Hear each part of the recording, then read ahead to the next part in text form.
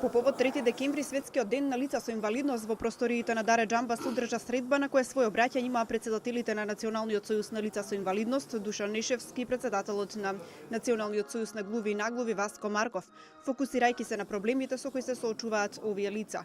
Денешното одбележување на Меѓународниот ден на лицата со попреченост 3 декември се совпаќа со 10-годишнината од донесувањето на Конвенцијата за правата на лицата со интелектуална попреченост донесени во Обединетите нации и 5 години од ратификацијата на истиот документ во нашиот парламент. Ова е сигурно најзначајниот правен документ кој овие лица со попреченост моментално го имаат во своите раце и еве 5 години од нејзината ратификација на тој документ, ние се уште не можеме да се пофалиме дека нешто сериозно се подобрило или променило за лицата со попреченост. Институциите не го почитуваат, значи толкувачите не ги почитуваат и доста толкувачи реагираат затоа што не се платени за нивните услуги кои се извршени.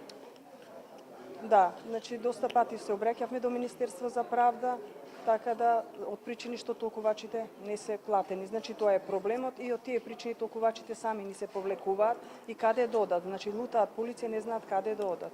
Владата по пат на позитивна дискриминација изминатиот период распиша конкурс за 300 лица со инвалидитет, што е чекор напред, истакнува Душко Миновски, експерт за социјалната сфера. Перманентно се води битка во контекст на тоа дека треба сите организации спрема бројот на вработени пред да примат 1, 2, 3, 5 или не знам колку повеќе лица и на тој начин полека да се навикнеме дека постојат различни од нас. Лицата со инвалидитет нагласуваат дека е неопходна соработка со политичките партии затоа што овие лица треба да бидат дел од секоја политика, изјавуваат од Полио Плюс. Изминатиот период Македонија донесе серија на закони и подзаконски акти со кои што во основа се покуша да се усогласат со Конвенцијата за правата на лицата со хендикеп. За голем дел од тие закони неопходна е сега практична, односно нивна употреба, да се имплементираат во пракса, што ќе представува еден посериозен предизвик за нашата држава.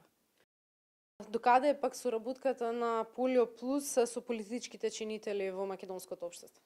Уште од самото основање Полио Плюс активно соработува со политичките партии, затоа што прашањето на хендикеп ние го гледаме како прашање на политика и прашање на економски интерес, па и во таа насока од самиот старт активно соработуваме и сме пријатели со сите политички партии, со сите политички лидери, а се во насока да се донеси и по соодветно системско решение за правата на лицата со хендикеп, како и да се овозможи систем кој што ќе овозможи практично уживање на правата на граѓаните со хендикеп. До овој момент конвенцијата има 166 ратификации, останува тоа да го сторат само уште 27 држави.